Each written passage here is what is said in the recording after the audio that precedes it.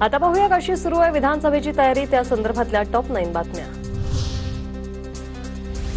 अजितदादा महायुतीत 60 जागा लढण्याच्या तयारीत। आपल्या 54 आमदारांच्या जागा आहेत तशाच राहणार। इतर जागांसंदर्भात वरिष्ठ स्तरावर बोलणी सुरू। पदाधिकारी बैठकीत अजित पवारांचं वक्तव्य।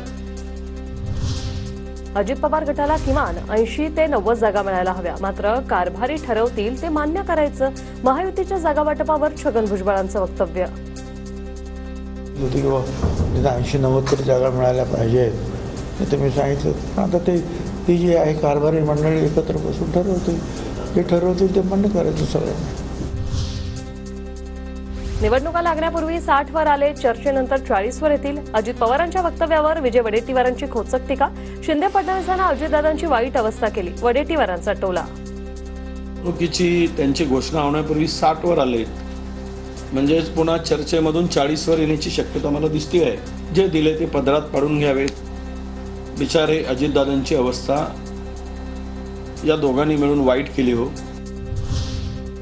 जागा वाटपाबाबत मोदी शहांनी निर्णय घेतला। मोदी शहांनी समरजित घाटगेंना विचारायला हवं होतं। कागलच्या जागेवरून हसन मुश्रीफांचा घाटगेंना खोचक टोला।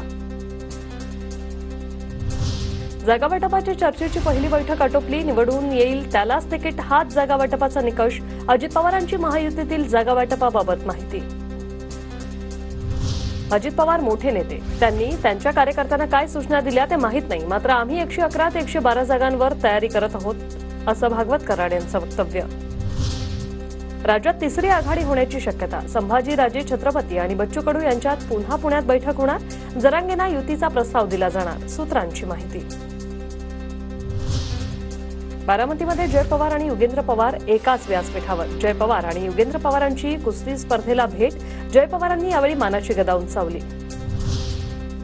शिवसंग्राम पक्ष बीडसह विधानसभेच्या 5 जागा लढवणार। विधानसभेला कुणासोबत जाणार हे अजून स्पष्ट नाही। जरांगेंनी भूमिका स्पष्ट केली तर त्यांच्याकडे दावेदारी करू, ज्योती मेटे यांची माहिती।